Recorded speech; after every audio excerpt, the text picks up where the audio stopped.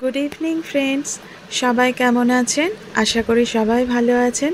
আজকের ব্লগটি আরম্ভ করছি। আমি আজকে একটি শর্ট ভিডিও নিয়ে এসেছি। এটি অ্যাকচুয়ালি আমার আগে দেওয়া উচিত ছিল। এটি দশহরা পুজোর আগের দিনের ব্লগ।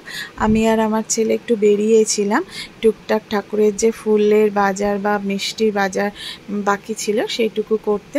তো সন্ধ্যের পর আমি আর আমার ছেলে বেরিয়ে পড়েছিলাম বাজার করতে, বাড়ির কাজকর্ম সেরে, কারণ পরের দিন রান্না ছিল, তার জন্য যে সবজিগুলো আমান্য করা দরকার ছিল বা কুটনো বাকি ছিল সেইগুলো সেরে দিয়ে আমি আমার ছেলের হাত ধরে বেরিয়ে পড়েছি। তো সেই ফাঁকে আমার ছেলে ভীষণ টিফিন খেতে ইচ্ছে করছিল, যার জন্য একটি দোকানে এসেছি। তো সেই দোকানে যেখানে বসার সিট পেয়েছি সে তার সামনেই দেখুন পুরো ফ্রিজ ভর্তি কোল্ড ড্রিঙ্কস।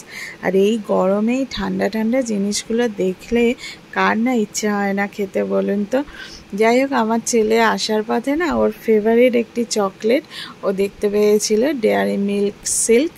তো সেই ডেয়ারি মিল্ক সিল্ক ও নিয়ে এসে ও ট্রাই করছে, ভীষণ ফেভারিট ওর এই চকলেটটা। তারপরে দেখলাম হঠাৎ করে কারেন্ট চলে গেল, কোথাও কিছু নেই, দেখি না বাইরে প্রচণ্ড বৃষ্টি আরম্ভ হয়ে গেছে।